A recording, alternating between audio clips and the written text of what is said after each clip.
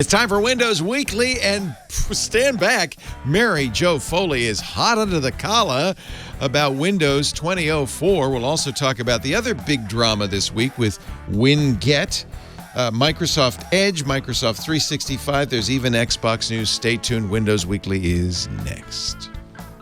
Windows Weekly comes to you from Twit's LastPass Studios. Stay in control when it comes to your company's access points and authentication. LastPass makes enterprise-level security simple for your remote workforce. Check out lastpass.com/twit to learn more. Podcasts you love. From people you trust. This is Twit. This is Windows Weekly with Paul Thurrott and Mary Jo Foley, episode 675, recorded Wednesday, June 3rd, 2020. Okay, Mr. Mxyzptlk. This episode of Windows Weekly is brought to you by Wasabi Hot Cloud Storage. Thinking about moving your data storage to the cloud? Wasabi is enterprise-class cloud storage at 1/5 the price of Amazon S3 and faster than the competition, with no fees for egress or API requests, and none of those complex storage tiers either. Start a free trial at wasabi.com. Enter the code WINDOWS. And by Barracuda. Did you know that 91% of all cyber attacks start with an email? To uncover the threats hiding in your Office 365 account, get a secure and free email threat scan at barracuda.com/windows. It's time for Windows Weekly, the show we gather together with two of the best Windows Microsoft journalists in the world and chew the fat. chew the H21 whatever the hell it is that we're doing here. That's Mary Jo Foley from allaboutmicrosoft.com, a fine ZDNet blog devoted, guess what, to Microsoft. Hi, Mary Jo. Hi, Leo. Ensconced in her New York flat. Yep. It's like a turret. I just can watch things happen. I bet that's fun, actually. Yeah, that's something to see. More TV out the window these days. Yeah, sometimes more fun than others. Yeah, but yeah. No, I'm sure. Yeah. All the Swarovski crystals strewn down the streets. Exactly. Barbarians. Trailing Air Force Ones behind them. That is Paul Thurrott. He is in Lower Macungie Township in the beautiful Lehigh Valley of Pennsylvania. Yep. And together, he's, of course, a blogger as well, but together they cover the Windows and Microsoft beat. And we do get together every week. The yin and the yang of Microsoft coverage. As Paul said, this is the one event of the week where he actually has to, It's kind of weird. Be here at a particular time. They can't see it. They can't see it. I'm wearing cufflinks. I don't know why. Yeah. Wow. Well, that's good. Yeah. Really? Yeah. Nice. Sometimes. Making it classy, right? Class it up. I put on a button-down shirt once in 2.5 months. You don't wear collared shirts, huh? It's all T-shirts all the time. Well, when I go out, I do, but then we don't go out. We don't go out, yeah. I found myself of late, about 5 or 6, looking up and realizing I'm still wearing my jammies. Yep. I haven't showered. I haven't combed my hair or brushed my teeth. I am still wearing my jammies. Yeah. Well, that's life. Life in the 21st century. What a weird. Oh, we're going to look back on this, and we're not going to laugh. I can tell you that. No. Gosh, I hope we can look back on it and say those are the worst times, not, oh, boy, I wish we'd go back to the 2020. Yeah. Man, Right. I have a feeling it could go either way at this point. It's like, Oh, boy. Oh, boy. these might I hope be not. the good times we look The good back old upon. days. Yeah. Remember when you could Don't still say get that. food? Right. Yeah. Right. Remember when the power worked? The electricity worked? Weren't those days great? You get a hot shower. You didn't have to either, which is beautiful. No, let's stop talking about this dystopia that we have ventured into. Yeah, Instead, let's leave that to Isaac Asimov and Yeah. whoever That's our else. problem, Paul. You and I read too much science fiction. I know. We know how this turns out. We know this story. The whole story's been plotted out for us, Yeah. and I can tell you, it does not end well. No, guys, no. I have hope. And you know what? let me see. Okay. Last week we announced that Windows 10 2004 general availability had begun. Yep. Which means this week, if all goes as planned, Sure. this is when we start screaming and yelling and saying, "What the hell?" Actually, so we're going to turn this on its head in two ways. One is because I want Mary Jo to go through this in a really rare occurrence. I feel like she's a little more emotional about this one than I am. Oh boy! Wow. I know. I think. Really? I know. That sounds weird. Also, I'd like to announce that I have located the one person who received this update naturally. His name is too. Stan. I know. He tweeted to us yesterday, right? Stan got it. I got it. Yep. Anyway. So Yep. even if you I were know. a seeker, you didn't get it? So That's one of the hilarious things that's happened. Yeah. I know. Right. So last week we said it was going to be a staged rollout. It was first going to go to people who were seekers. It turns out when people started seeking it, many people could not find it because it was blocked.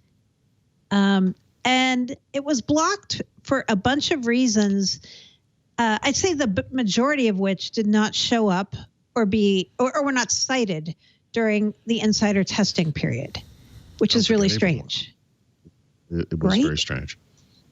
Especially for people like me who have a Surface Laptop 3 or a Surface Pro 7, because these are always on, always connected devices. I guess there was some problem with Windows 10 2004 and those devices, although you would have to assume many people were testing Leo, Windows. Are you saying that Microsoft didn't test its own hardware? What you're suggesting, Leo, is ludicrous. I know. And yet, yes. But also, not just Microsoft, but wouldn't you assume many people in the insider program would be running Surface hardware and testing with Surface hardware? Yes. I think there's a matrix of these people that they like Microsoft, they buy Microsoft hardware, they participate in the insider program. To that, Mary Jo, I say, yes, obviously. I think this is inconceivable. So, one of the errors that they're blocking for, it says unexpected restarts for some devices using always on, always connected. So that's Surface Pro 7, Surface Laptop 3. It may also be Surface Book 3. Oh, my God. Which are all the latest hardware releases coming out of Microsoft that I would assume not just Microsoft employees, but insiders were running. Yet this is one of the reasons you get a block on your machine. And I have a block on mine right now. Wow. I was going to live on the edge a little and do a Windows update check for updates. And then I saw a message come up saying, nope, you can't have it. Sorry. Wow. We advise you not to get it because you have a Surface Laptop 3. I get. Like, I understand this complaint. And because if you were to poll Windows or Surface customers and say, why did you buy this thing? Part of it, even though they might not express it in quite this way, is it's a Microsoft device. I want to be on that train where I'm getting the latest stuff. And like, I think that a lot of people who buy Surface devices have that expectation, and it's a reasonable expectation. If you were, imagine, I think I might have used this example recently, but imagine if Google announced, hey, here's Android 11. It's shipping on this group of Samsung devices. It's shipping on these Sony devices. It's shipping on these LG devices. It's not shipping on any Google devices. Like, imagine that. It's inconceivable, like Leo said. It's inconceivable. And yet, of course, Microsoft didn't do it that way because Microsoft, in addition to not being able to ship software, apparently can't communicate either. So they just didn't ship it to Surface device. They didn't say anything. They just didn't do it. And but then over the weekend, that update message showed up. Like, it didn't show up originally, right? It showed up later. Yes. And so when you get this message, like I have on mine, it says, May 2020 update is on its way. We're offering this update to compatible devices, but your device isn't quite ready for it. Once your device is ready, you'll see the update.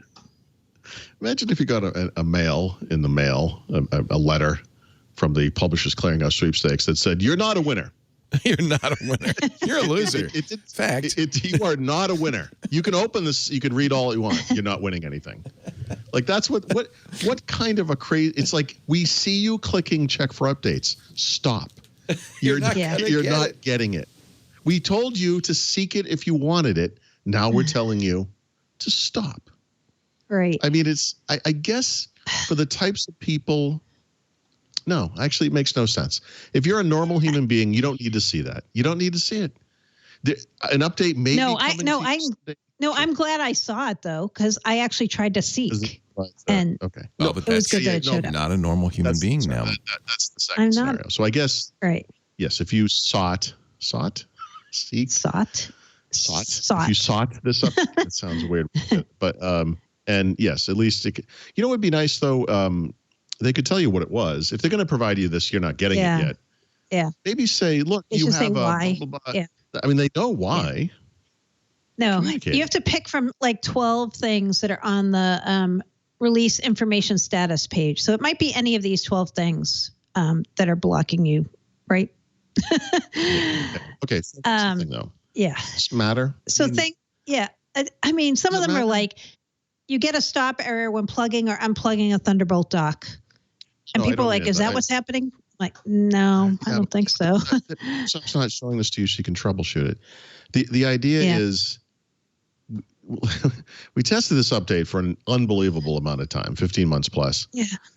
We're now going to ship it out as slowly as we can and to ensure that people have a good experience. I guess what I'm asking as sort of a devil's advocate is, isn't that fine? I mean, does this sort of prove that this system works? So, yeah, I would say it's better that they're blocking people than letting people have a bad experience. Like if I suddenly sought the 2004 update, I got it, and then suddenly I was having unexpected blue screens and restarts, that would be problematic, and I would be very, very unhappy. Microsoft never wants anyone to have a bad experience. But I mean, but does this also betray some problem in the testing process, right? Like, how did we get to the point where this thing was ready to ship, but it really kind of isn't ready to ship? No one really outside of Microsoft has a handle on what percentage of devices out in the world are compatible today versus incompatible. Yeah. Whether it's, but I haven't heard from a lot of people who've gotten this for sure. Well, we just got one other guy who just tweeted to us during the show. So now we know 2 people who got it. Right, so if you were to divide, Kent Curry said he got it. So 2 divided by 1 billion, what percentage is that? I mean, it's. No, there are more people than that. But I've been asking around kind of quietly saying, okay, what happened? Like, how did these 12 things show up after you guys had like at least 6 additional months beyond the usual testing period to test? I don't think those were new surprises.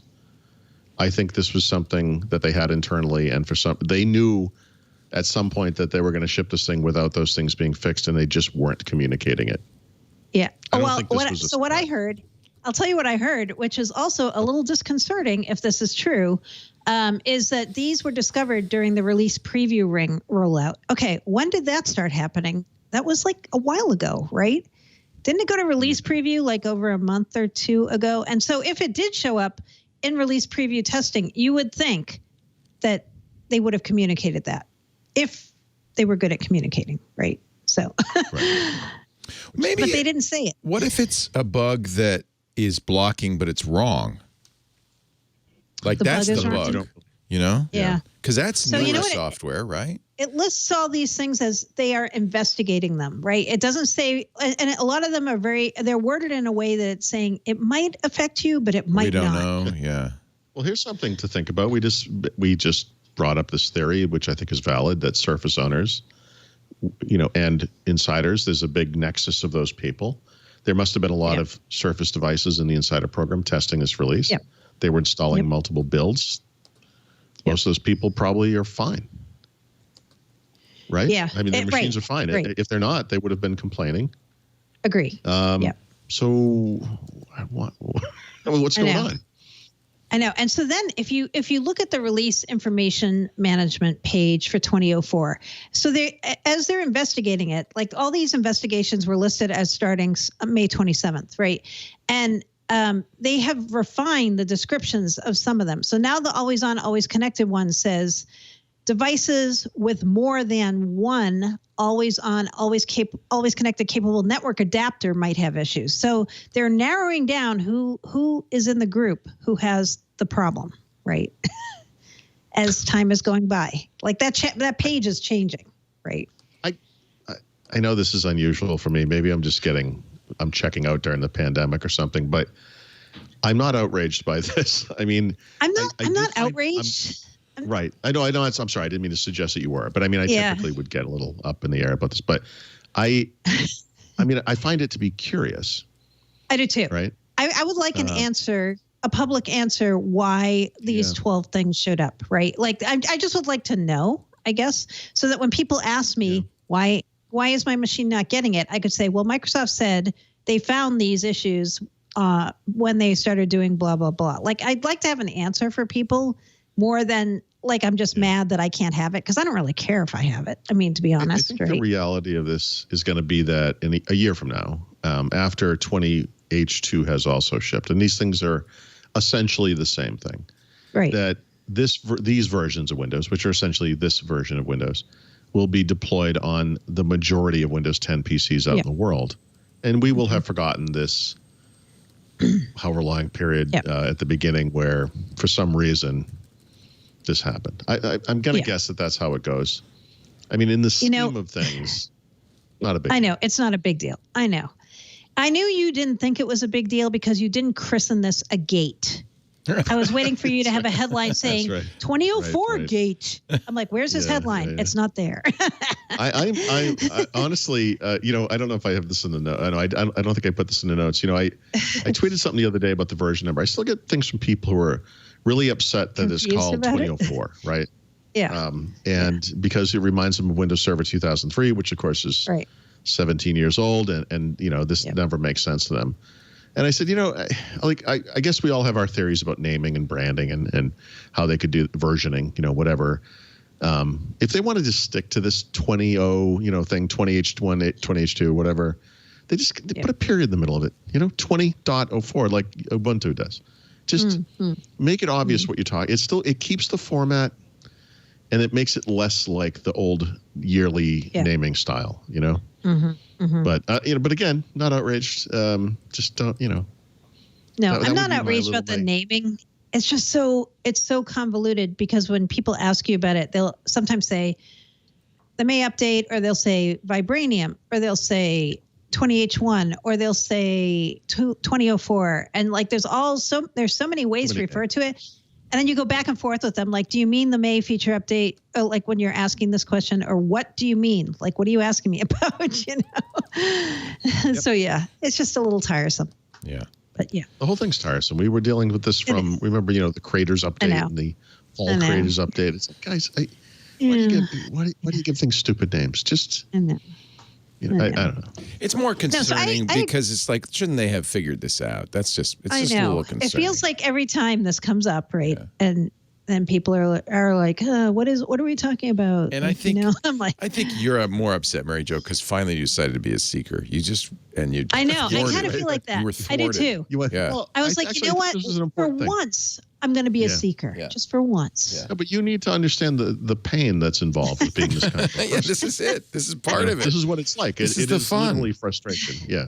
I don't even know why I thought about seeking it, because I can't think of anything in it that I really want. If you can't explain it now, wait till you actually get it, and then you're really going to wonder. I know, and I'll be like, wait, what's new in this?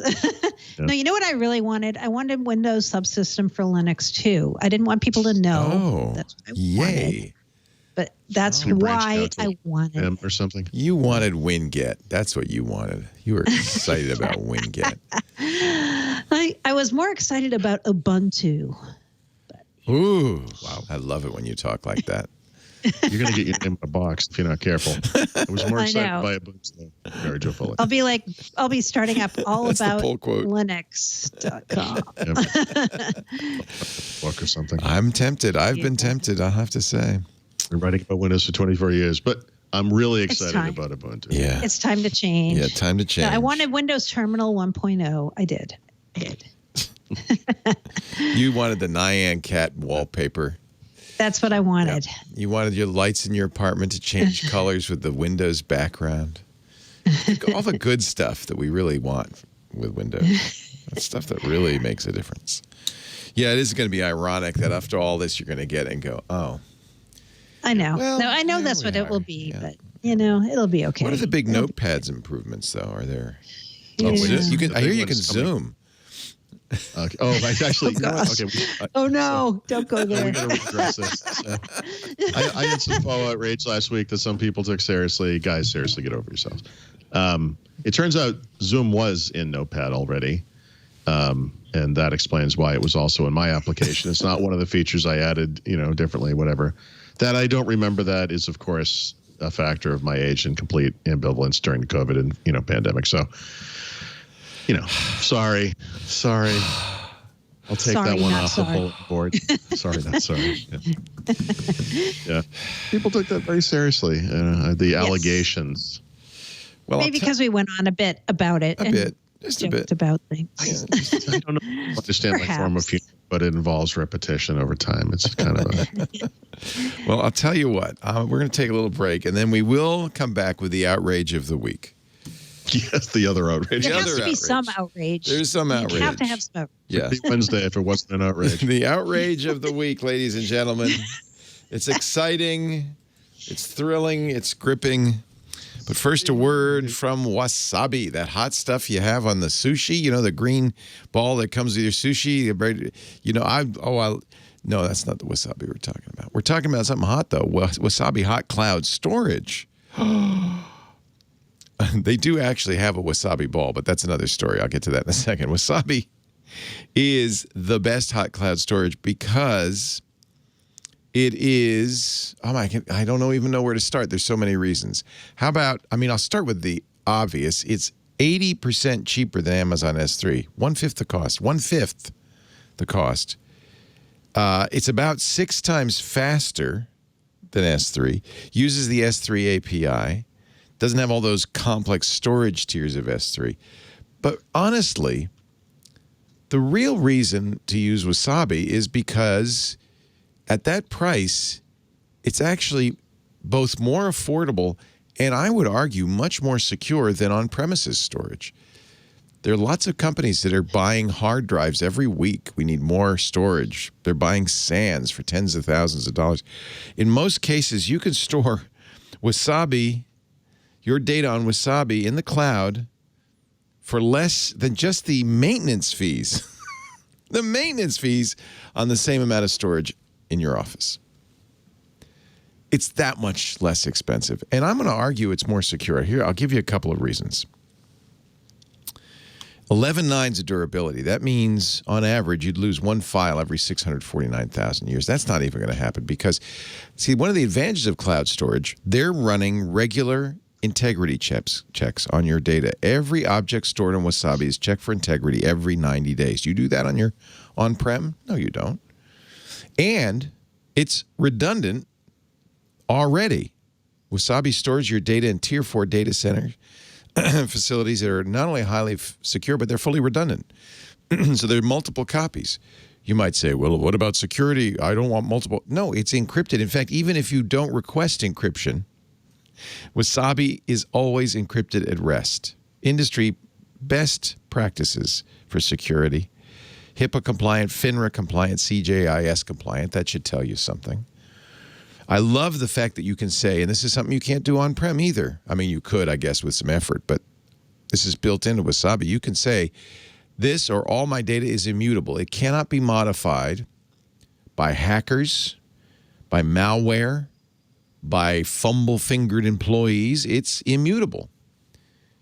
That's great. This is really done right.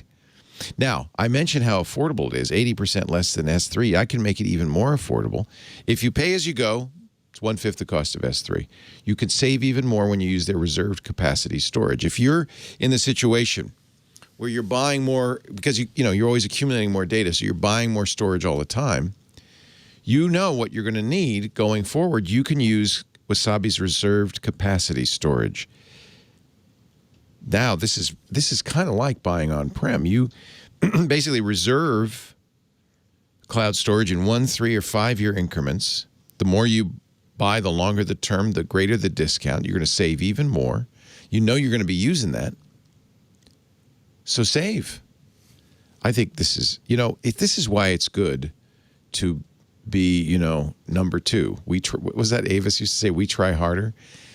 Wasabi knows your boss is saying, well, what about Microsoft, Google, and Amazon? What about them? So they've got to do a better job. They've got to be more affordable, more secure, easier to use.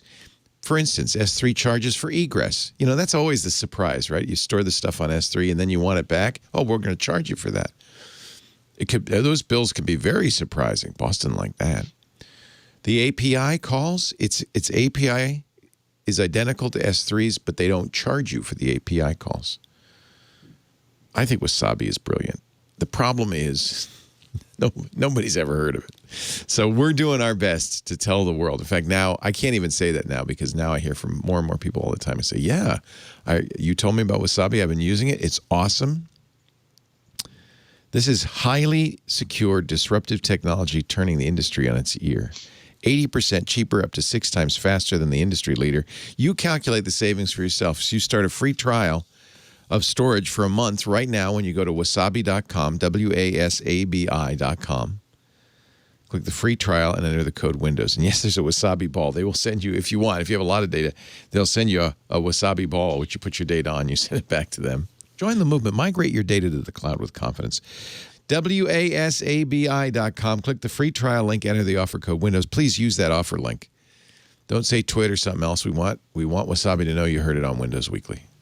Give credit to these fine folk sitting back here, pretending they're not indignant over what happened to the creator of AppGet. Shocking. Well, that one, I'm a little indignant about this one. So this is kind of Bill Gatesy and kind of classic Microsoft behavior. Yeah, and we joke about how we kind of miss the old Microsoft, but then something like this happens and you kind of realize that's not really funny. You know, yeah, sure. it's really So what happened? So basically, there's a developer who created something called AppGet, kind of a side project, open source, et cetera, et cetera. Microsoft contacted him last summer and said, hey, we really love the work you did. We're thinking about putting a package manager in Windows. We'd like to pick your brain about it. Would you mind meeting with us in person, which they did, I think, up in Vancouver last July, August, whenever it was. And it went great. And then they said, you know, maybe we should just put this into Windows and hire you, and you could maintain it at Microsoft. Wouldn't that be neat? And he said, that would be neat. And they kind of went back and forth over what that would look like, and he finally agreed. And then Microsoft ghosted him for 6 months and never replied to any of his emails. Yeah, 6 months. Ghosted him. Wow. And then the night before build, he got an email from the guy at Microsoft, Andrew, who said, hey, I just wanted to let you know we're going to be releasing this thing called the Windows Package Manager tomorrow. Thanks for all your work. Looks just like yours. Yeah, looks a lot like. Now his was open source, right? I think so, yeah. It is. I've gotten a lot of interesting feedback from people who don't see what the problem is here, you know, that this is how open source works. Yeah, they forked it. Yeah. So the issue is that they courted the guy and offered him a job and then ghosted him. That's right. kinda That's rude. the problem I have. They let him on, and that's unethical.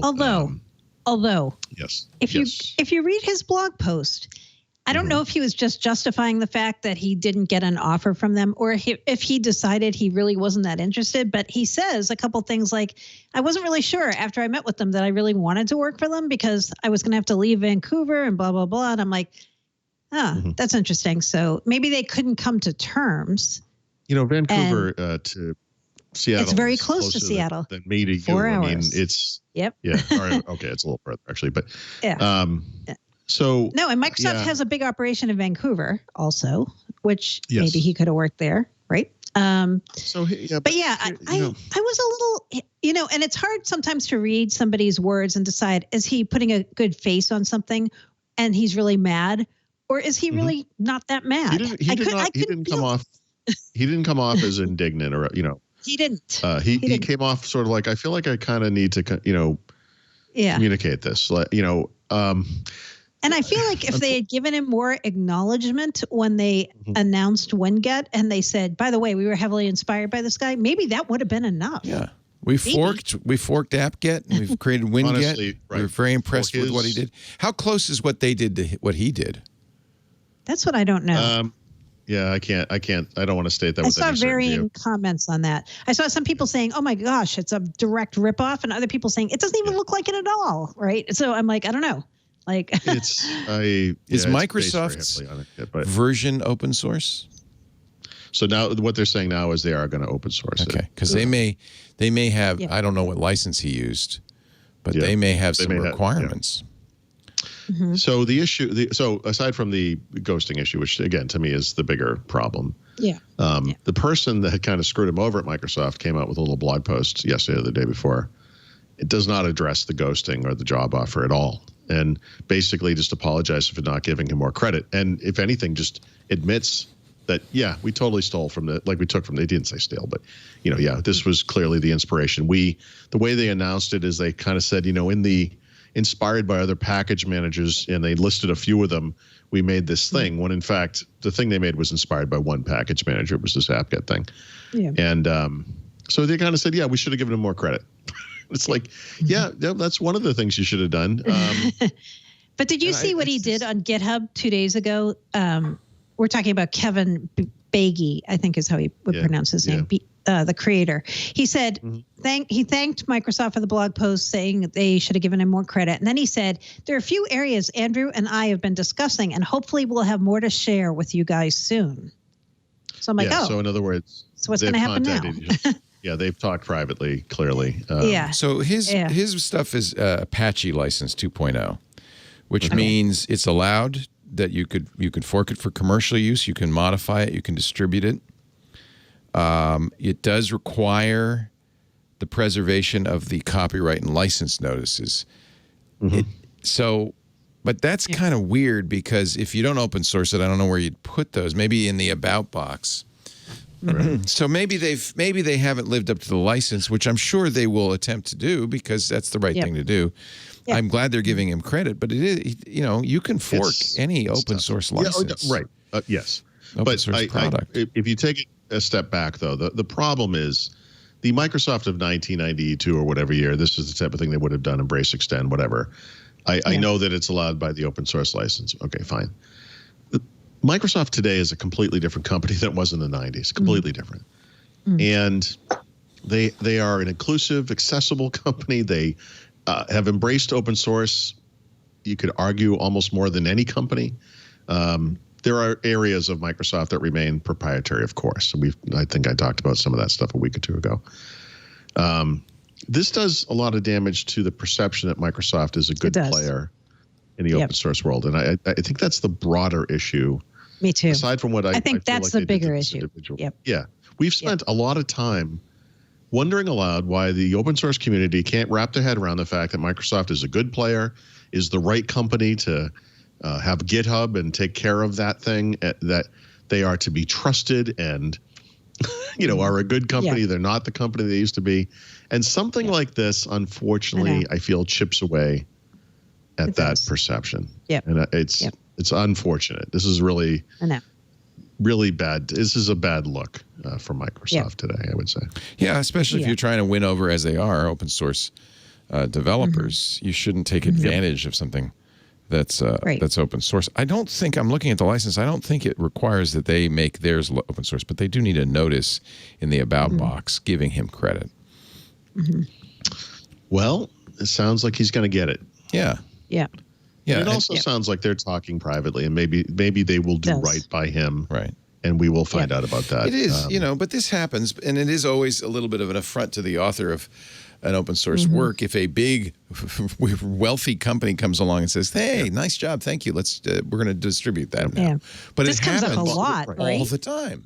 AWS all the time, right? And a lot of the database companies, it does. Well, I expect more from Microsoft. Agreed. They have to do a little better. I really do feel that it is an ethical company. Yeah. One of the things that I've tried to tell people who've complained about, because I literally have heard from Tiger can't change his stripes.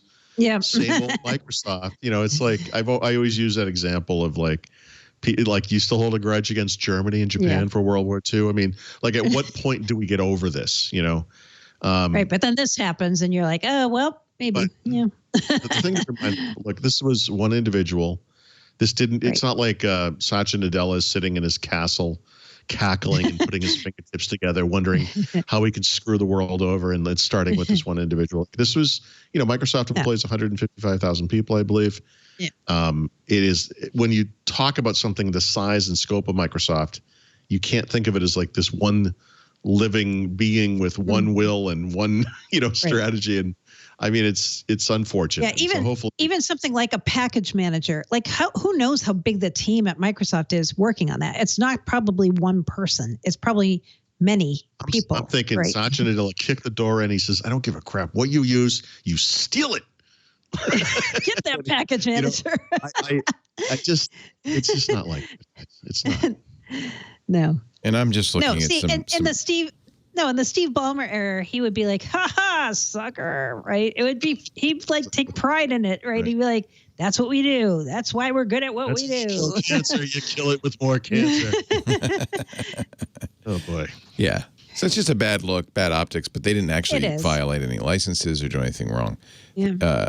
Provided they provide. Let's see how this ends, right? Let's see what happens. We got to give them credit. I think this is going to end better than it started, but Me too. Yeah, it just should never. But it was 2 steps back, half a step forward. Have they? They haven't released it yet, though, right? WinGet, is it out? Preview right now, right? Okay. Yeah, so preview. Came out at Build, right? So if you have a copy, I would look at the About box, and it should say his name in there. The first preview probably doesn't say anything like that, right? I think what they've said is we'll do right by you. The Apache license is very forgiving. It doesn't have, for instance, and the viral stuff that the GPL has, which says you must make your product open source and offer the same terms to people who use your source code, that kind of thing. But again, Microsoft. Yeah. No, but they should do the right thing. Yeah. 33 billion in revenues a quarter, an army of lawyers. Yeah. Right? Yeah. Versus this guy who just, out of the goodnesses of his heart, without any real research, picked a license. I mean, well, that's why it's important to consider your license. Yeah. Okay. That's a particularly loose license, and I don't think he did it by accident. Honestly. Well, yeah, you're probably right. But I mean, I also didn't. I'm sure he never thought Microsoft would come swooping down and just use it. Yeah. Well, who knows? You know, he might have wanted a job at Microsoft and thought this is a good way to get the resume. Seems kind of ambivalent about getting the job at Microsoft. Yeah, maybe not. Yeah. He said the reason he did it was he thought there were no good Windows package managers. And he said, I'm a Windows user and I want a good package manager. That's scratching his own itch. That's why most open source software is written. Yeah. Yeah. You got to punish those people. Yeah, punish them. Well, and I think if you're doing open source, you probably know, I would hope you would know the ramifications of various licenses. The fact that he chose such a relaxed license. Well, but this is the difference between theory and reality. Like you may go into it with open eyes and you have this idea of what this means, and then it happens, you're like, oh, actually, I don't like that. You know, like, I mean. Well, yeah, he probably didn't expect Microsoft to just kind of take it. Yeah. Sure. But that's open source. That happens. Yeah. Most of the time, what happens is you go, gosh, I'm so thrilled. This little project I did to scratch my own itch is now going to be used by millions, billions. Yeah. Well, I hope he has that experience because I feel like Microsoft, that could be happening. They should give him $20 and say thanks. It seems fair. $20. Here's a certificate to the company store. Give him like a satin jacket. You know, get that bill discount. I wrote WinGet. Oh, yeah. You know. Asterisk. Yeah, that's the other thing we don't know is how much Microsoft changed it. It may be inspired by. I believe it. I mean, obviously, it was well, maybe not obviously, but I believe it was rewritten in a different language. You know, that was one of the things. There you go. You know, people point to that, like, see, it's not exactly the same thing, and it's like, well, that's a significant effort. That's not. That's not something you just go here. Let me just translate it. Yeah. The one thing I'll say about this whole saga is Kevin Beigi, the guy who did AppGet, he is behaving like a gentleman and a scholar on this whole thing. Good for him. He is above the fray. He's being really respectful of all parties. He's showing that he's not happy about it, but he's not out there like slashing and burning and screaming about Microsoft. I'm never trusting them again. I'm going to be an Apple user now, right? No. They buy a Mac with all that money I didn't make from getting the job. No, you're right.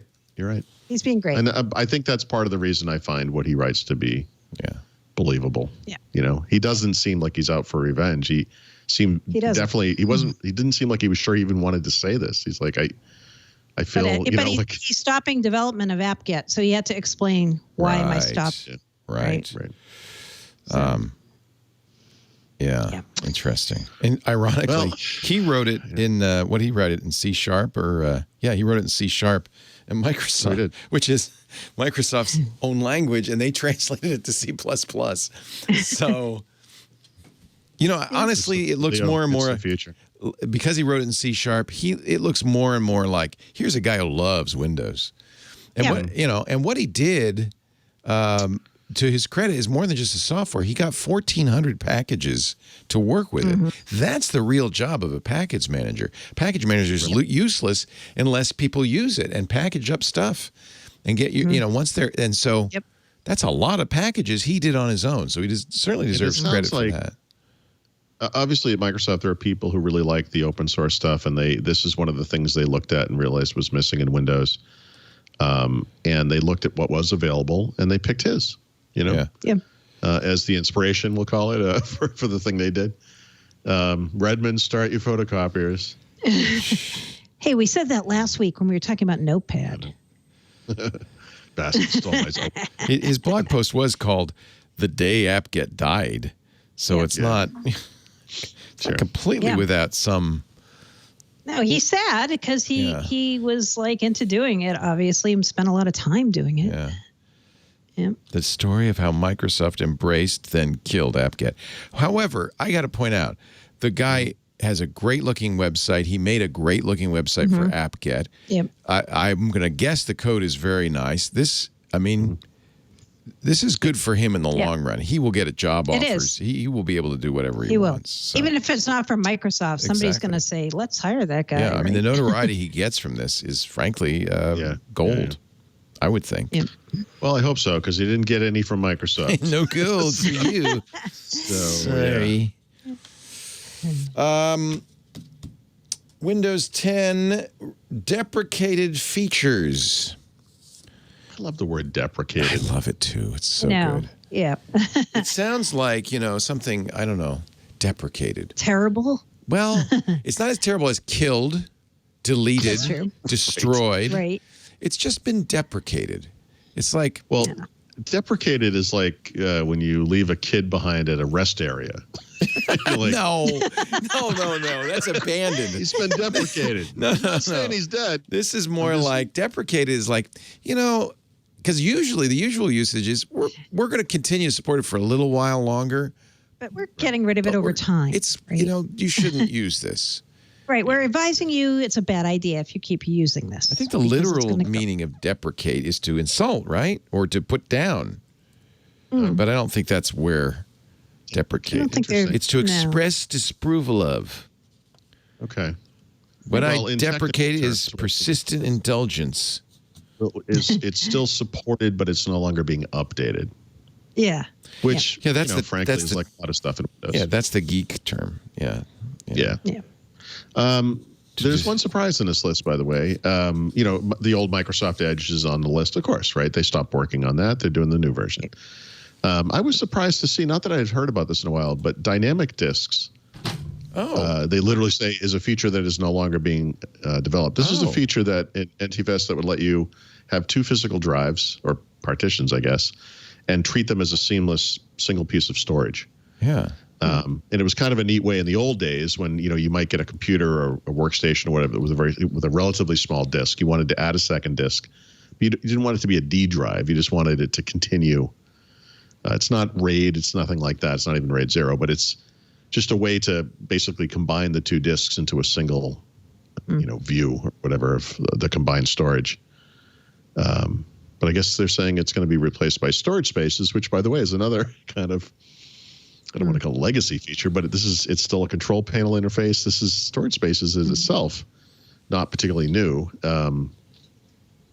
But this is the thing basically which grew out of the, what do you call it? The Windows Home Server technology. Remember they had that. Oh, right. You loved that. I remember you loved that. Yeah. Right. There was storage spaces. That was also deprecated. Yeah. No, Sure storage spaces direct. Those two things came out around the same time, right? Dynamic disk was cool. I'm kind of surprised to hear.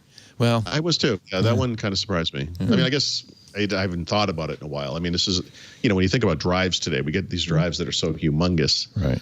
the need, and of course we have as individuals even in some ways less need than ever for storage. So it's not something I've really thought about in a while, but it worked well. I mean, they have telemetry. They know how many people use any given feature. So, Yep. What else? The one I was surprised that was on here that I thought, didn't they deprecate this a long time ago? Windows to Go. Oh, they did.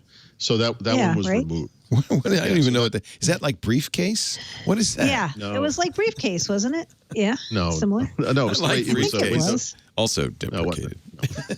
It was a Windows install on a USB key. Oh, right. No, you're right.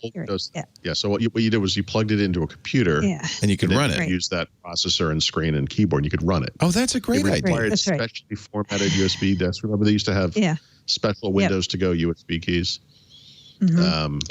Yes, they deprecate. This is how these things go. First you deprecate it, and then a couple of versions later you just remove it. Then you so now it's on its head. Then you leave it in the sun rest stop with your drive child off and waving. I can tell you've been quarantined too long with your kids if you're talking about leaving them at the don't rest pretend stop. you did it by mistake. You waved to them. No, we meant to do this. Wow. Where's Kelly? Oh, wait, we left her at the last exit. Oh, well, got to move forward in life. That's. I don't know why that got dark like that, but Windows is gone, and Cortana's gone. Cortana, the built-in the original, feature, right? Because now they have the standalone app that will be gone a year from now. Are they changing the name? They've changed the name, aren't they? No, they're not. No, still Cortana. Which is like, come on, you need to do this, Microsoft, or I'm going to come up with something like. If you leave Cortana at a rest stop, you should allow it to. It's emancipated now. Yeah. No one notices. No, I feel like it's so different now, right? The one that we have now that is going forward as of 2004, that's a strictly productivity type application that surfaces data inside things like Outlook and stuff. That has nothing to do with the original one, pretty much. And, so I feel like a new name.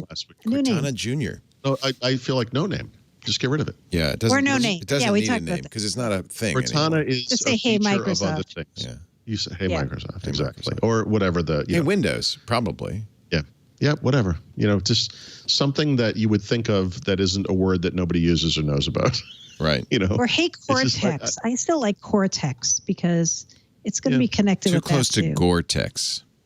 Oh yeah, true. Trademark. I don't mind Cortana being the name of a back-end service that we discuss as that kind of a thing, as infrastructure. Right. But that's something you say, hey, blah. It's probably really hard to come up with a trigger word that isn't in common use in some language somewhere somehow. That is also pronounceable.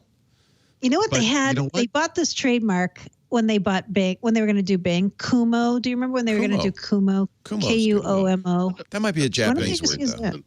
I think it is for spider. See? You don't, because then you're in a Japanese house and somebody goes, "Oh, it's a spider." And she goes, "Can I help you?" You don't want that. You don't want it to be and it also sounds a little like Cuomo, which you Cuomo. Hey, Cuomo. Hey, what do you want? I'm here. Hey, Cuomo. Why don't we have? That's what we need. Honestly, they should have personal assistants that have personality, and then you could name them.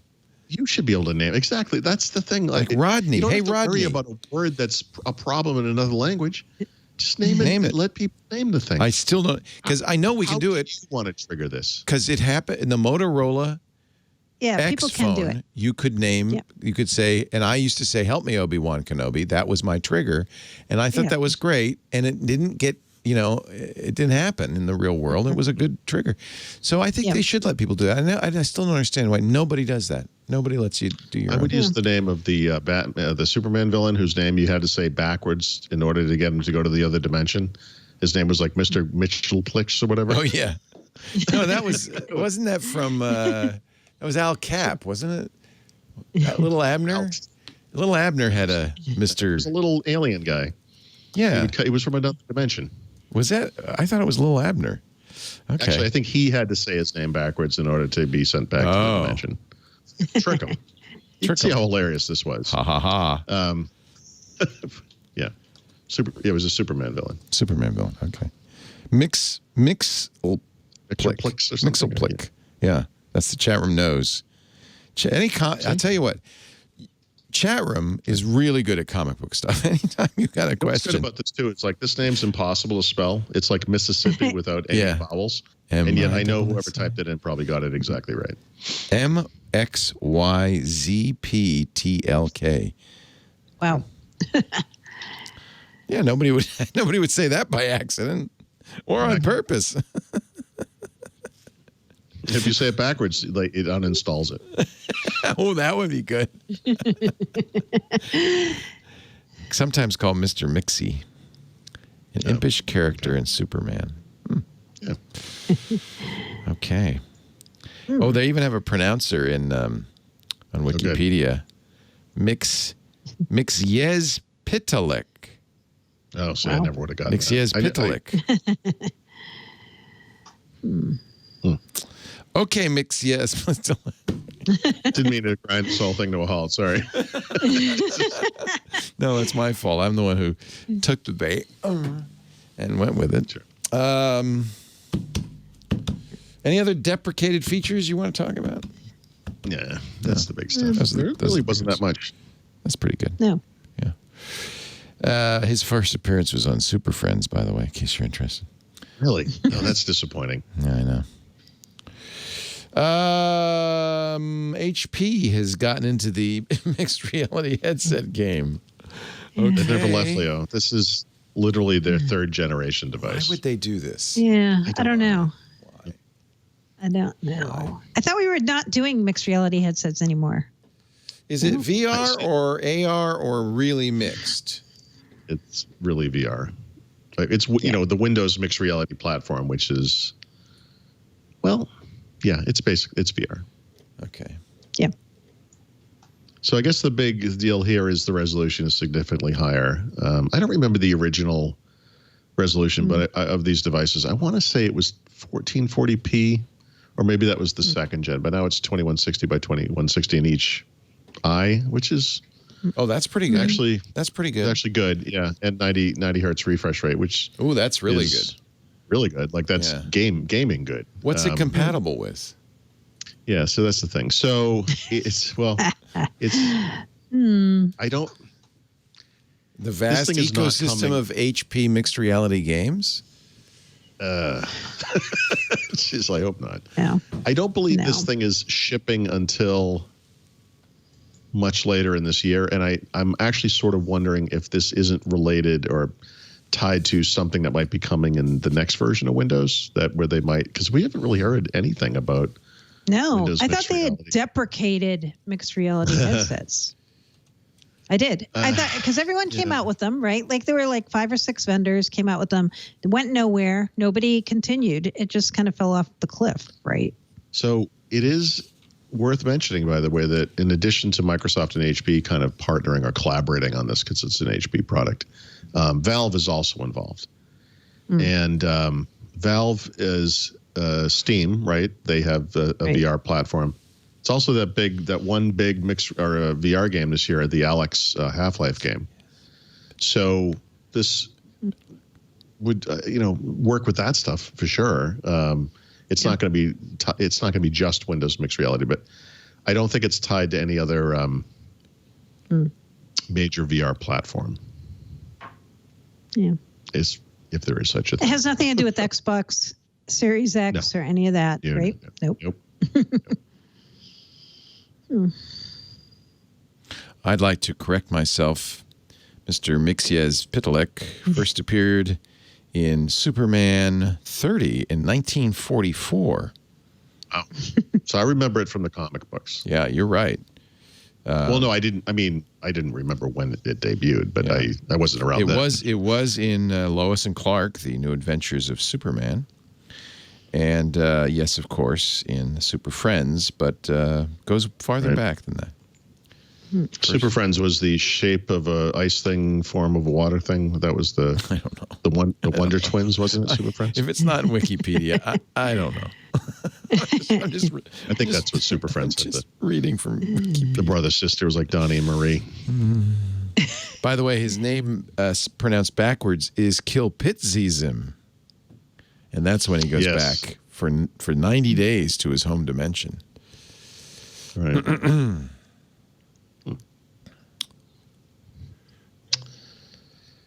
Yeah. He actually kind of looked like Steven Sinofsky. Now that I'm he does.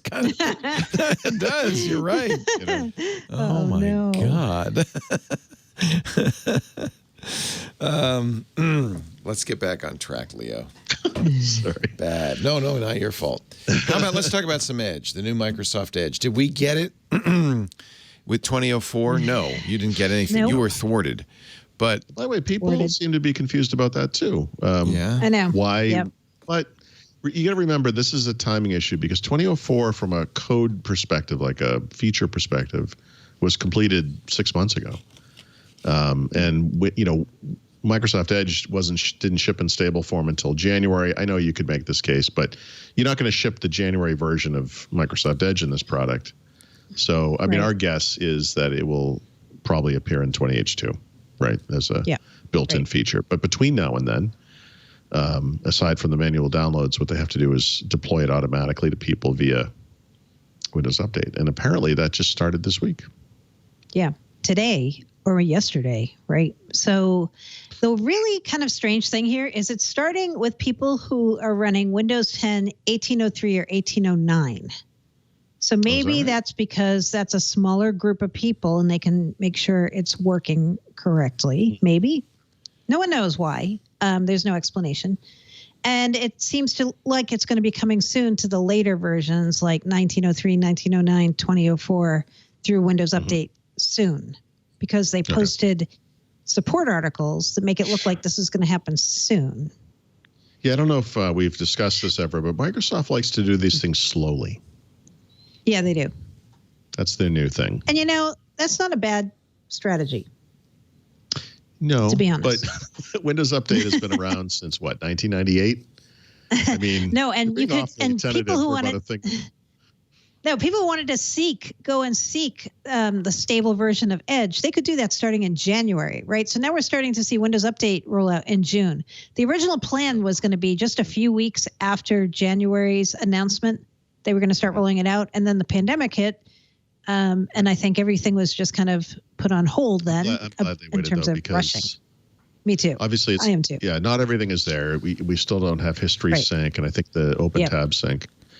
Yeah. But we do have extension sync, and that's one of the ones that really would have bit people with multiple computers, especially. Right. Or you come off. I don't know how it handles extensions now, but if you have Legacy Edge installed with certain extensions, do those appear in? Automatically show up. I think they do, don't they? I really don't know. Yeah, I think I read that they do, but I'm not 100% sure. And then I've had a few people ask me about server. You know, how's Microsoft going to push the new Edge to server? And I think it's going to be the same way they're doing it to client, but I've asked just to be sure, and I haven't heard back. You know, it's a server, not a surfboard, Mary Jo. Just saying. Words to live by, Paul. Is this a reference to something I should know? Yes. Sorry. Okay. Back when what is it a reference? Windows XP Service Pack 2, they added the firewall to Windows client, right? And this is the thing that should have been a new version of Windows, but they decided to make it free service pack so everybody could get it. There's a related server release that happened at the same time called Windows Server 2003. And previous to that, the server was treated just like the client. Like you get the full UI, you would get the browser, and the browser was a major avenue of attack. And so I don't remember what this feature was called, but you will remember there was some kind of protection on IE at the time where by default, if you browsed anywhere outside of your own domain, it would be blocked. And you had to turn that feature off if you wanted to use your server like you would normally as a client. And the phrase inside the server group at Microsoft at that time was, "It's a server, not a surfboard." I'm glad I asked. Actually, I Googled it, and it turns out it was the title of episode 251 from March 2012. That's awesome. That's funny. Yeah. So when people Google that, that's the first thing they're going to find. Mastering Microsoft Exchange. It's probably Server. I did that Road to Gold series back then about Windows Server. It's probably in that series somewhere. I don't know. So funny. I thought, I don't know why, it went through my head that it was going to be, it's a server, not a skateboard, because of the Windows 8 skateboard connotation. No, that's the phrase there is it's a Surface, not a skateboard. Oh, right. There you go. There you go. Except the Surface was a skateboard for a brief moment of time. If you're a little man, it might work. Like Mr. Mxyzptlk. Yeah, exactly. Maybe that's how they got rid of him. That's where they got him to say his name backwards. Surface. They finally tricked him into saying his name backwards and he left. So you are going to get it with Windows Update if you have 1803 as old as 1803. So it's 1803 and 1809. Wow. That's amazing. Yeah, that's the start. Yep. Okay. Then 1903 and 1909 will be next, and then 20. Yep. Okay. So by what? 2032, we'll finally get the maybe we'll all have it. Yeah, maybe. Well, you might want to use it. Yeah, I recommend. And you also can block it if your organization's not ready or you don't want it. There's a blocker toolkit for it, so you don't have to have it. Why wouldn't you want it? I mean, isn't it better than? Yep.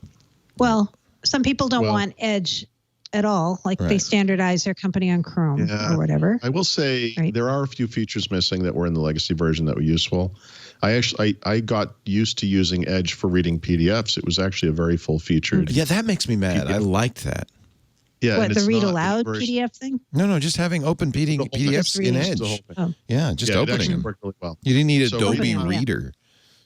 Right. Like it was actually a good app for that. Like it supported the table of contents and had a bunch of stuff that is just missing in the new version. I mean, they may add it over time, but and it had some tab management features that are missing in action. They did have problems. Remember, there was a bug in an Adobe renderer that they had to get rid of. I wonder if that's related. Anyway, that's another story for another day. Let's talk about Google and Incognito mode. Here's a reason you might want to use Edge. They're being sued. I don't know if it really is legit that they are tracking users. I mean, they are, right? Well, Incognito mode never said Google wouldn't know.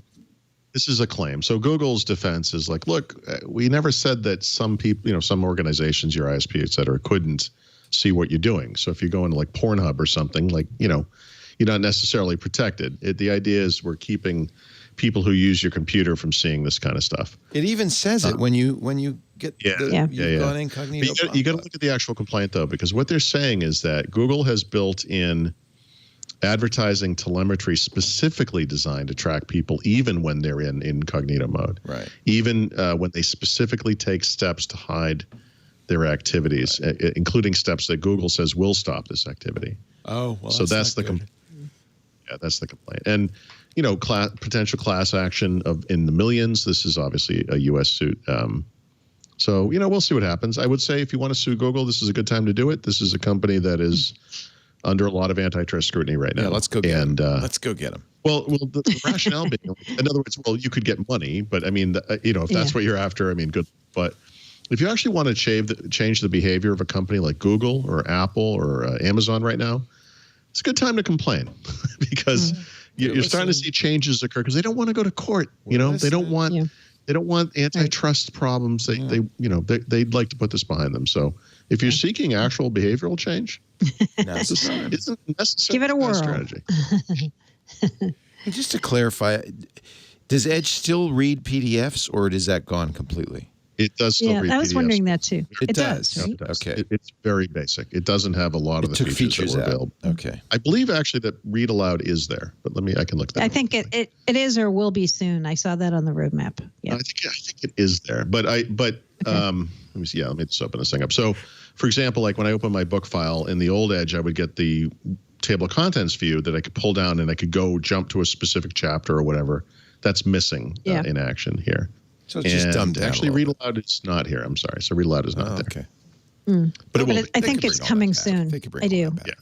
Yeah. I think they're definitely gonna improve it, right?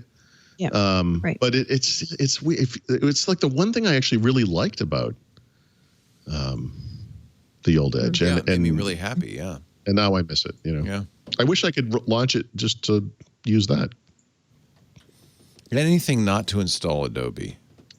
basically. So I actually, okay, you're right. And so I actually started using a program. I should maybe this could be my app pick of the week. Is I've been using a program I used to use called Foxit Reader. Love Foxit, which is free. And but again, one of the things, and it's fine, it works fine, but it's got a lot of stuff, and Adobe Reader does too. Yeah. Edge was very clean. Yeah, and it just seemed light and fast, and it just did it. Pretty much did. Yeah. Just got out of so I hope they get that back. Yeah. Well, here's something you're going to get back if you're using a Chromium browser. Windows spell check. So this is true. Microsoft back in March announced this Microsoft Editor thing, right? It's their Grammarly ripoff, right? And now they're putting spell check into Chrome. And I got to say, the one thing I really have noticed this year, and I mean this, Microsoft blog posts of all kinds, not just the insider guys, but like I've seen this with the Edge team. I've seen it. You don't really see it on like the Microsoft 365 blog or the upper level executive blog, but a lot of the blog posts that are just made by like people at Microsoft are full of spelling and grammar errors. And I'm serious. Like it's something I've never noticed before. And it's become a problem. And because I'll pull a quote out of something that they write so I can quote it in my own story, and Grammarly lights up like a firecracker. Like there's all kinds of problems. Then you keep having to put 666 in. Yeah. So annoying. They're using their own stuff. Yeah. And it kind of boggles the mind that a company that has had a word processor since like 1983 or whatever it is, it can't outdo like an internet startup when it comes to like spelling and grammar checking it. Kind of amazing. Anyway, that goodness will be coming to all Chromium browsers as part of this spell check API that they have committed to Chromium. One of the, I don't remember the number. I don't know, Mary Jo, if you remember at Build, they were talking about the number of commits that the Microsoft has made. I don't remember how many. It's a lot. It's many. Crazy. It's not hundreds. It's several thousand. I know. Yeah, it's a lot. So this is one of them, I guess. And one that you're not happy about, I can tell. Well, I don't know. Yeah. Is it better than nothing? I don't know. Microsoft 365 news. I'm guessing this comes from the fine pen of Mary Jo Foley. No, it does not. I guessed wrong. So you're welcome to take it if you would like. It's kind of interesting. I did see this. Yeah, I saw this. And what's interesting here is Samsung and Microsoft had a partnership before Microsoft had committed to doing its own Android device. They for a while they were bundling some Microsoft apps with Samsung devices and offering people discounts. They still are doing that? Okay. Yeah, so like the S20 line has it still does. Okay. Microsoft apps, So this is the Galaxy S20 handset where you can get this subscription that entitles you to a Microsoft 365 personal account as part of the Samsung Access plan. So I'm like, okay, they're still doing some things together. Yeah, and I it must have been back in whatever that was, October, November, when they announced the Duo and Neo, and everyone, there were these questions. Well, what does this mean for your relationship with Samsung? And they said, oh no, they said, if anything, we're going to expand this. We're like, expand it how? Like, what are you talking about? Yeah.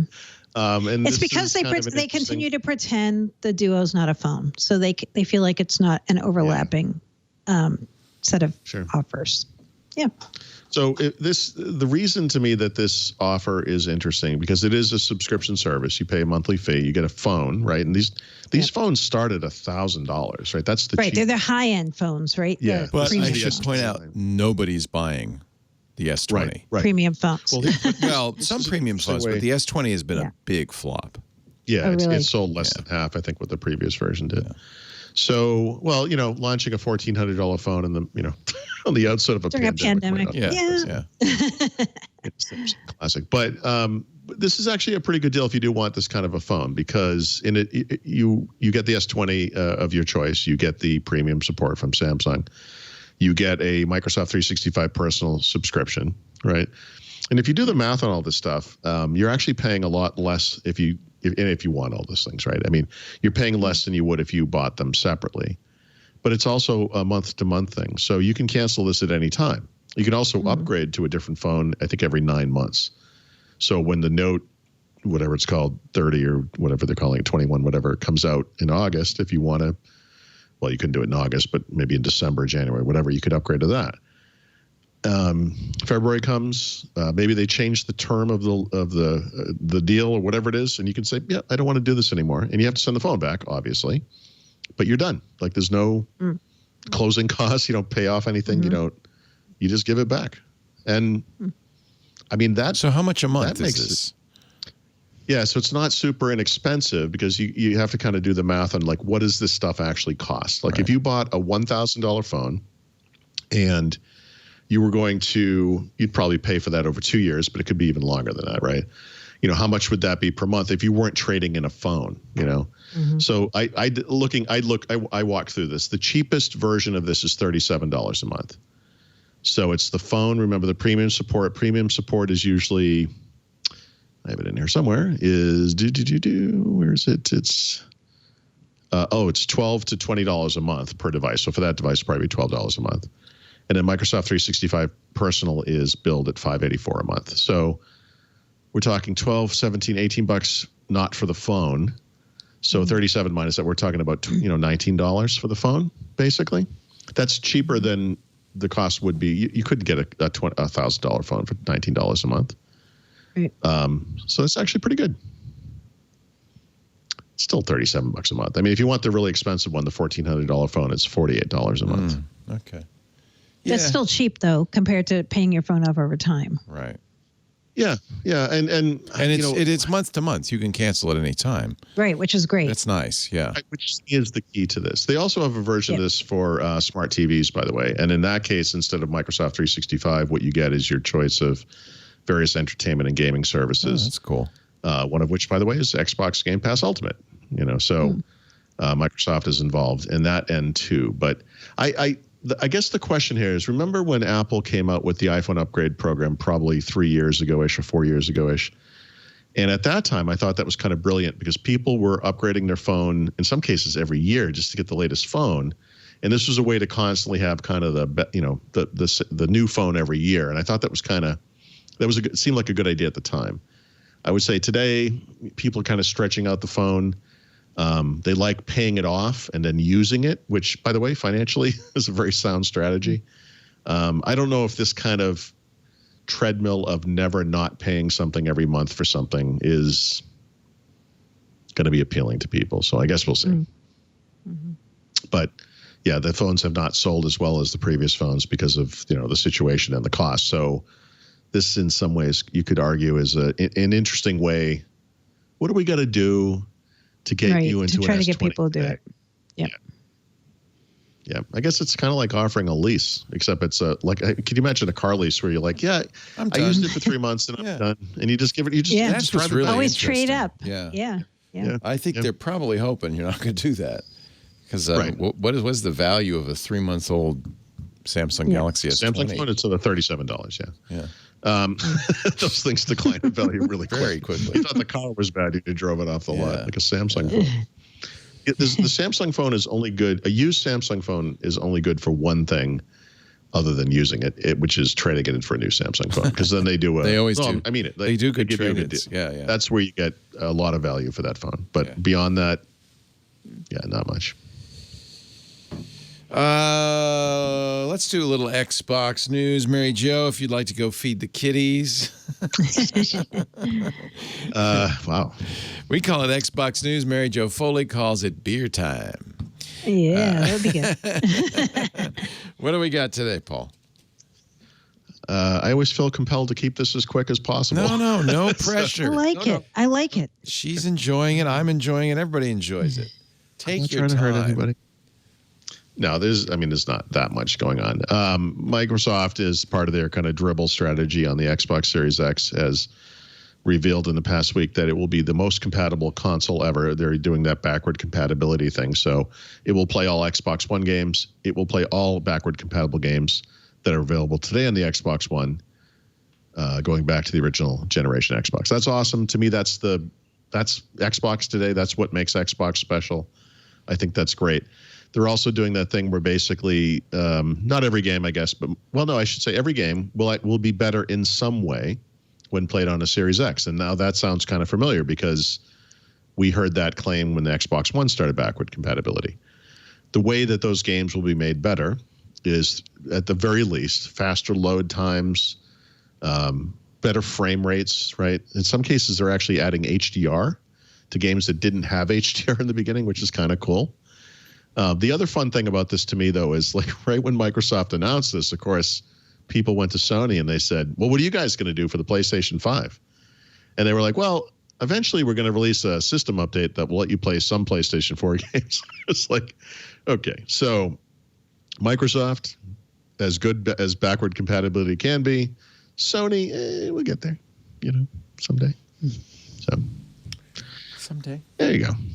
On the good news front for Sony, they did announce, I think it might have been part of their quarterly earnings, that they've actually started manufacturing the PlayStation 5. Microsoft has not made such an announcement, but they could be waiting for one of their regularly scheduled announcements to talk about that. But Sony was going to, as you remember, do a big thing this week showing off games, and I think they wisely decided that that really isn't a good look. Yeah, Google and Sony both canceled events, and SpaceX took off like nothing was happening. Although you got to understand, those guys probably wanted to get the hell out of here. So, Bob said, "See ya." I mean, hopefully they bring the coronavirus. Honestly, I'm glad SpaceX did it because it was kind of uplifting, right? We went right back down to Earth, but it was kind of uplifting to see that. It reminded us that humans can do something. Are you suggesting that it was more uplifting than the Android 11 beta announcement that was going to happen? I don't know. That's a close one. Come on, Leo. Oh, man. Oh, man. And finally, there's a new guide. Yeah, and what's the guide? So if you're familiar with the Xbox One, I apologize. The interface is terrible. It's always been really slow. I don't know why. They can play the fastest games in the world, but you get back to the UI, and it's like you're walking through mud with boots on. The guide is the thing that comes up when you hit the Xbox button, the thing that lights up white on the controller. Yeah. So it's that overlay that comes down, and it gives kind of quick access to your most recent games, people you played against recently in the store, your game library, et cetera.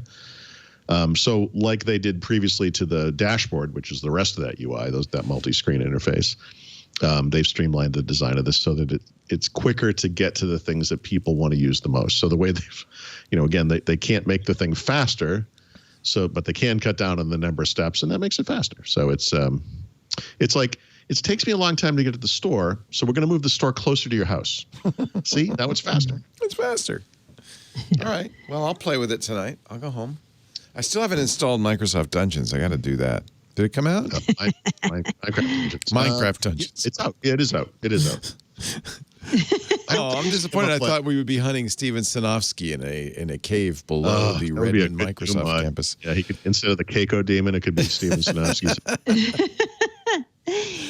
It's a server, not a surfboard. It's a server, not a surfboard.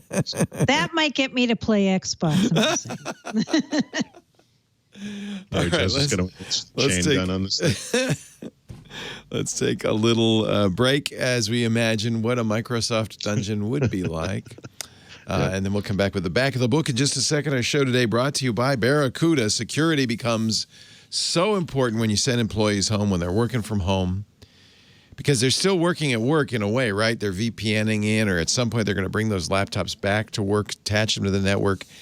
And what the last thing you want is for an employee who's been happily ensconced at home, bringing in a laptop and then setting off a time bomb that encrypts all your data.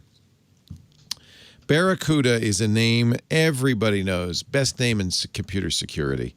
Provider of cloud-enabled enterprise-grade security solutions to protect it all: email, networks, data, applications. So suddenly you've got hundreds, maybe thousands of employees. They're working remotely. Every one of them is getting tons of email every day, and that email is a threat. 91% of all cyber attacks start in an email.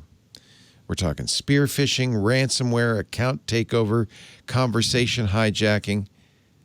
So 91% times thousands of emails times hundreds of employees. You got some idea of the threat surface here. One click, one wrong email Can cost you money, can cost you customers, can cost you your reputation. This is a real threat. Fortunately, Barracuda's here with their total email protection. All-in-one email security, backupping and archiving for Microsoft users, for Exchange users.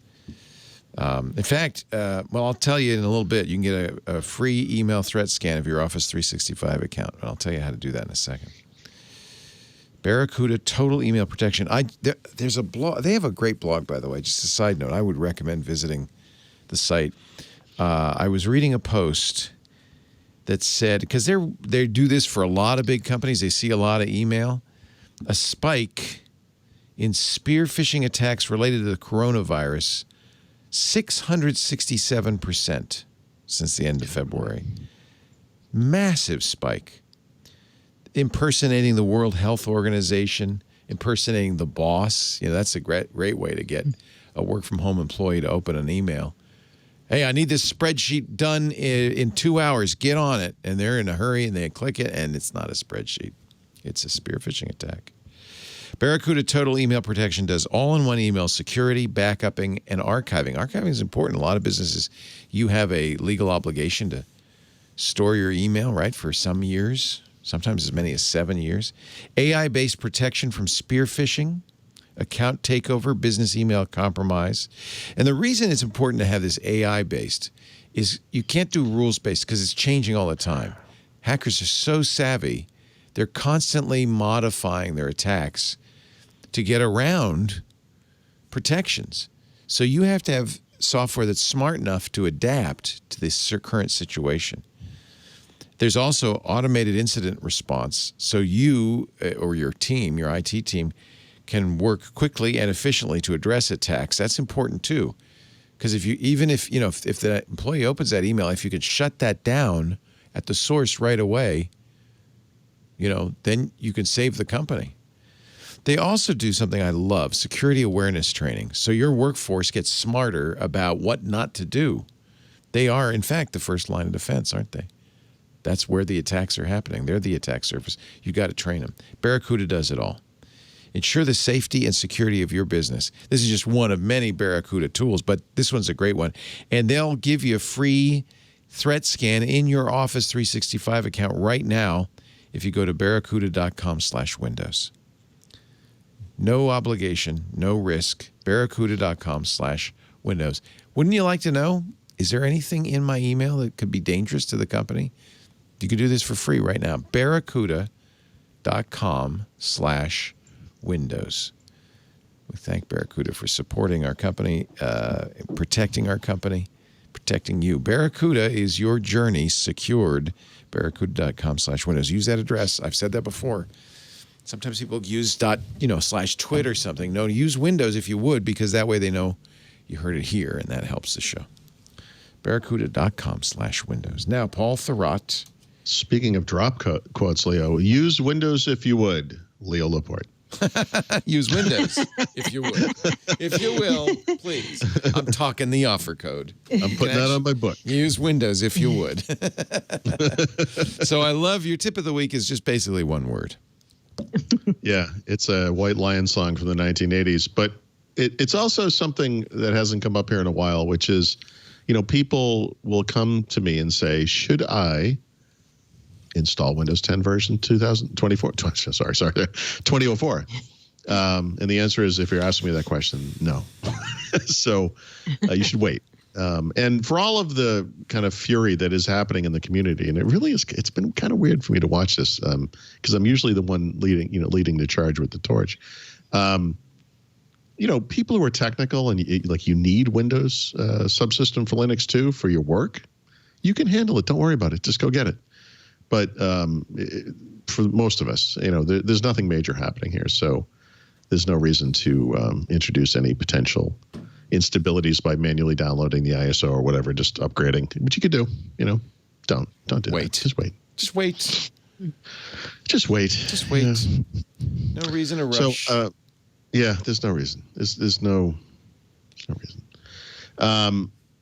I mentioned Foxit Reader, or Fox. I think it's called Foxit Reader. You should look that up if you need a PDF app. It's honestly, it's probably not much better than Adobe at this point, but I can't stand installing Adobe Reader. So no. If you need some of the other PDF features like I do, like I need table of contents. It's crucial for what I do. So I need that feature. That's why I installed it. It's a good choice. But in light of the latest Chrome news, I guess, I just wanted to remind people of something that came up probably a couple months ago, which is, I think it's time for us to really think collectively as a user base about not using Google Chrome. And there are a lot of better choices, and that list of better choices includes every other browser in the market. So I think for most Windows users, Edge is probably the best choice, but you have a lot of things to look at, and you should experiment with all of these things. Brave, Opera, Vivaldi are all Chromium-based browsers if you like the kind of Google Chrome experience, but you don't want that tracking stuff. Those will all provide that. Firefox, perennially, always a great choice. And I kind of like the notion of just supporting the open web. I mean, Firefox is a great company. Yeah, I'm a Firefox user. Yeah, I really like it. Yeah, and if you're on the Mac or whatever, Safari's fine. Safari's fine. Yeah. I haven't used Chrome in a long time. In fact, I stopped using Gmail a couple of years ago. I mean, you can't beat Google, but you don't have to be all in on Google either. Well, the problem with being all in on Google is you don't realize you're all in on Google. I think that's the issue with the tracking. I mean, what this latest, this class action wannabe lawsuit is, the issue they're raising is you think you're turning off Google tracking. It literally says, click here to turn it off. And they're still allowing the advertising through. You got to remember, this is a company, I think in the latest quarterly results, if I remember correctly, 82% of the revenues come from advertising. This product exists to deliver ads. Right. That's why it's there. Right. So think. Think. You gotta think. Another great song by White Lion. White Lion. Hey, Wait is a great song. Wait. Yep. I gotta listen to it. Yep. Enterprise pick of the week from Mary Jo Foley. I, like Paul, I believe, I'm still going through the build sessions because there are so many, and there were so many build announcements we didn't get through. I was looking at some of their bot announcements that they made at Build, which I didn't cover at the time. And there's some pretty significant ones, actually, that people who've been kind of reticent to try Microsoft's bot framework tool and Azure bot service, you might want to take a look. The reason I say that is there's a couple new things. There's a virtual assistant solution accelerator that is now generally available. So if you are building virtual assistants, you now can add in these skills like calendar and to-do and who really easily so that you can customize and fine-tune bots that you build using Microsoft technology. And the Virtual Assistant Accelerator is open sourced and on GitHub. Also, the Bot Framework Composer. So this is something like a low-code, no-code kind of design tool for people who want to build bots, but you think, I don't really know how to do that. It's available for Windows, for Mac OS, and Linux, and there's even a web-based component version of this composer tool available. And this also went generally available as a build. And the third thing I want to cite, and I want to cite the person who's been spearheading it, is a new technology that lets you use the Microsoft Bot Framework to write Alexa skills, which is kind of interesting. So, Microsoft and Alexa had that partnership, but Microsoft never really made its tools available to write bots or services for Alexa. And now they are publishing code to do that. And the person who's been spearheading this is our friend Gary Pretty, who now works for Microsoft. And he's been very much instrumental in getting the bot framework service for Alexa skills out there and ready for people to try. So if you're one of those people who've been like, yeah, bots, I want to try building them, but it's too hard, I think it's time you give it another look. Interesting. That's cool. Azure bot service. Azure service. She's right. You really should be going through that build list.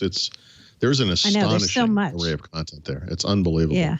Neat. And if you want to see, I think we've said this before, but if you want to see all the announcements the way we get to see them, just do a search for the Microsoft Build 2020 Book of News. It's out there. It's available to everybody to download. And you'll see how many announcements there were. There were like 50 pages of announcements. Wow. That's great. And anybody can go look at them. That's great. So, yeah. Love it. And I love your code name of the week, too. I know. This is a very interesting code name because Microsoft's gotten kind of boring about their code names lately. But this one is interesting and funny. The code name is Bicep. The thing that it's a code name for is not so interesting or funny, but I hope it's muscular at least. Yes, it's very muscular. It's a new desired state language that Microsoft is building for Azure Resource Manager. Oh, I get it. And if you I get it. If you want to read all about this, the person who tipped me to the code name, Aidan Finn, friend of Paul's and mine, he has a very good article on Petri about everything you need to know about Azure infrastructure from build, and he talks about this code name. Azure so Bicep Research Management is ARM. ARM, get it? That's where they ARM, find but not your- ARM, Not not that ARM like the That's other. why they call ARM, it Bicep, right? That's right. Not to right. confuse. So. Yeah. Not to be confusing, but yeah, this is a new language they're building. They said they're trying to get towards preview within the next 2 to 3 months, and it's all about no longer needing to write JSON. There's modularity. It's going to be open source. Readability is a top priority. So if you're someone who deals with Azure Resource Manager, you may want to go read this article and check out Bicep. And I have to say, any really code name worth its spit would have an emoji associated with it. So Bicep, I know. there I is a agree. Bicep emoji. Yes. I think you should always check to make sure I think your you should code always name use that. has an emoji. Exactly. I like it. Before we can do the beer pick, do you mind if I just have two quick Breaking late news. breaking No, go news items? Breaking Go news. ahead. Where's our breaking news sounder? Today in Europe, they when WinGet was announced, the supposition was that the store was going to change into a front end for that, and that is definitely going to happen. It's going to happen on the Xbox side too. So the Xbox store as a front end to this WinGet thing has apparently leaked. It's codenamed Mercury, and Mehdi has a story, and I'm sure other people do too. Also, for those people, I don't know if this is US only. I've gotten a lot of questions about this, but apparently those who pre-registered to go to build some of them, at least I did, got an email afterwards that said, hey, we're going to send you this credit. It's not a credit, I'm sorry. It's an ability to go into the Microsoft store and buy stuff as if you were an employee. Up to $250 you can spend. The things you buy are 50 to 80% off. Wow. So wow. Yeah, it's a really good deal. Sadly, this looks like US only right now, I think. But yeah, I think so. Those emails have finally gone out. If you were wondering where that was and hadn't gotten it yet, you should be getting an email today. Go ahead, Chris Capicella. Go on over to that Microsoft store. Yeah, Take it. I'm kind of curious why is it US only though? Because a lot of these things are digital assets, right? They're not hardware. All of them are. Right? It's all digital. Yeah. So yeah, it's like Office Microsoft 365 Home or personal subscriptions for I think the home one was $30 or something. It's a really good deal. So anyway, if you do get if you've been waiting, those emails have started to go out. Nice. Somebody in the chat room says they just got that email. Yeah. All right. Now we did some beer from Mary Jo Foley. Yes. This is a little snarky beer pick of the week. The beer pick is called Slack Tide Brewing Angry Osprey IPA. The reason I made this the beer pick is because of the name Slack. And if you've been watching the news lately, the CEO of Slack, Stuart Butterfield, is a little angry about how Microsoft is trying to get his company to compete. He feels like, he's been seeding these stories, he and his team, about Microsoft. They're actually trying to kill us. They're not trying to do something nice for their customers. They're trying to compete with us. And you know what I got to say? How dare they? That's what companies do. That's what companies do. It's not a charitable organization. It's not a church group. It is not. I'd be, No. yeah, well. So I think he's acting like an angry osprey. And I read about this beer. It's from Cape May, New Jersey. It's won all kinds of awards because it's a very good representation of the West Coast IPA style, and it's hopped with Citra and Centennial, and it sounds like if I can find this beer, I will lift it and toast Stuart Butterfield. So this would be the first Slack you ever used. Yes.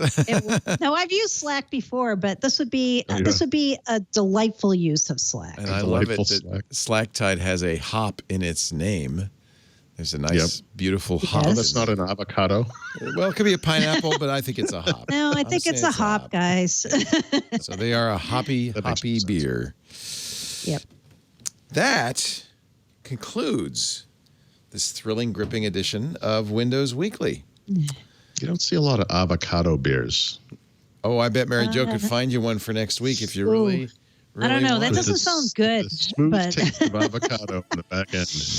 I don't know about that. Maybe a sour, maybe. We are about to wait. You gotta play the beginning. So the beginning's cool. The beginning has got this great. I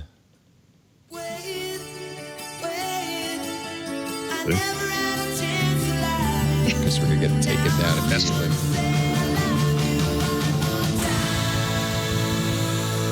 That's when rock anthems are great, ladies and gentlemen. White hair Lion. was big. Spandex was tight. I'm just going to send that sound clip to anyone who says, what should I do about 2004? We do Windows Weekly every Wednesday, 11 a.m. Pacific, 2 p.m. Eastern Time. That's 1700 UTC. If you want to tune in and watch, please, we invite you to do so. The streams, audio and video, are at twit.tv/live. They're all different sources, so we just aggregate them all there, and you can choose the one you like. If you're watching live, chat with us live, irc.twit.tv. But if you want to get on demand, you can do that too. That's at the website, twit.tv/dubdub for Windows Weekly. There's a YouTube channel. You can watch it there, subscribe there if you want. Although my favorite way to listen, and I encourage you to do this, is to get a podcast application of some kind and subscribe within that. That way you always have the episode. You know, turn on the auto download. You'll always have the episode. Whenever you're in the mood to do a little Windows Weekly, don't wait. Listen. Thank you, Paul. Paul Thurrott's at Thurrott.com. His book's The Field Guide to Windows 10, newly updated for 2004. I want to call it 2004. Yeah. That would be fun. 2004. How do you say the Ubuntu style? Do you actually say 20.04 or do you? Oh, that's an interesting question. Because that seems a little ponderous to say, but yeah, because they do the same thing as Microsoft does now. 2004. Well, but maybe that's all. That's what you need to know that it's 2004. I think they say 2004 is what they do. Yeah. I don't remember people saying the dot. Yeah. Right. 2004 it's fine. It's good. Yeah. It's version 2004. Because there'll be I like a 2009. The dot idea. It's good. 20.04. Yeah, the dot idea is very they've been stealing from open source all week. Why not? Why stop at WinGet? I believe that's also, Apache license. I think they can fork this, can't they? Fork it. Fork it. Fork it. I mean, steal from a company at least. Subscribe so you don't miss an episode. Paul Thurrott, leanpub.com for his books. Mary Jo Foley, all about Microsoft.com. And we will come back next week and do this all over again. Thank you, you two. Stay safe, stay healthy, and we'll see you next week on Windows Weekly. Bye-bye. Hey folks, I am Micah Sargent, co-host of Tech News Weekly right here on the Twit Network. Yes, Tech News Weekly is a show we do every week, Jason Howell and myself, where we talk to people who are making and a break in the tech news. That's right, it's journalists, it's inventors, it's app makers, it's everybody who's bringing the tech news in a given week. It's all the stuff you want to know about in bite-sized chunks in a fantastic package. So be sure to subscribe. It's twit.tv/TNW.